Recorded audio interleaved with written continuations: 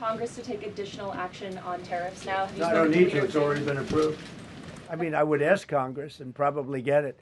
When people look at the real numbers, and you look at hundreds of billions of dollars that have come into our country.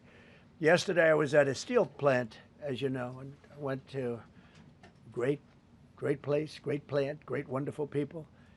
And they were telling me, I said to them, you were there, a lot of the press in this room. Of course, I don't think this plane's big enough to take the press in this room, but a lot of the press right here. We were in Georgia. And I said to the owner, I made a speech at a factory. They make steel products. And I said, how are you? Nice to meet you. How's business? President, I'd love to kiss you. This is a very powerful man. I don't want to be kissed by that man. But a very powerful, strong man. He's been in the steel business for many years. His father started it. And he said, sir, I want to kiss you. I said, why? He said, because we were down to working 1 hour a week. And then you came in and imposed tariffs. And all of that foreign junk that they were dropping into our country stopped.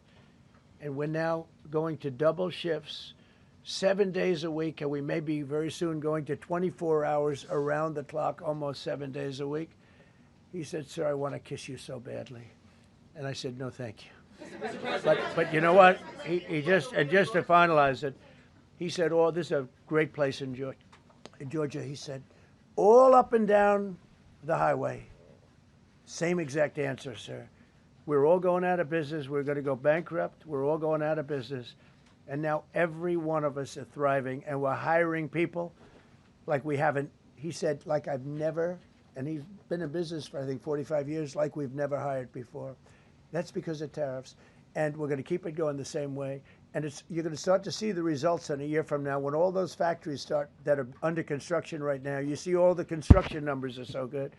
Those construction workers are building factories that are going to be open, including not only AI, which is big, but car plants coming in from Canada, who ripped us off for 30% of our market. Mexico ripped us off for a big portion. Over the years, they've taken our market. They've taken our cars.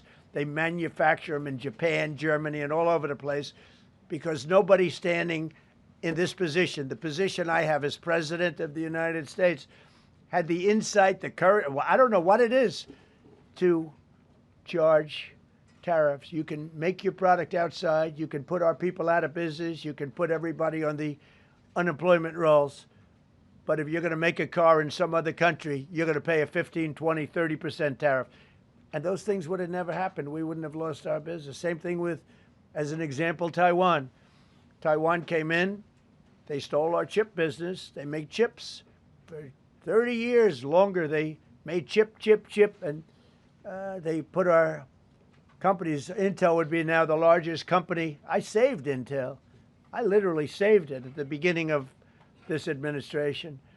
And now all those companies in Taiwan are building factories in Arizona, Texas, and various other places because they don't want to pay tariffs. They're all pouring into the United States.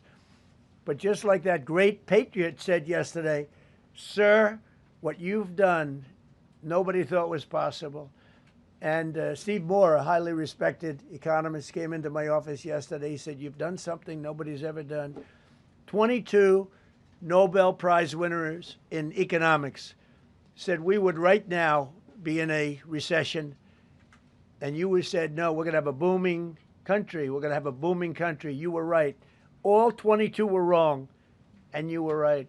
This country is booming, and it's booming because of the election on November 5th, and it's booming for another reason. It's booming because of tariffs. Yeah, please. Go ahead.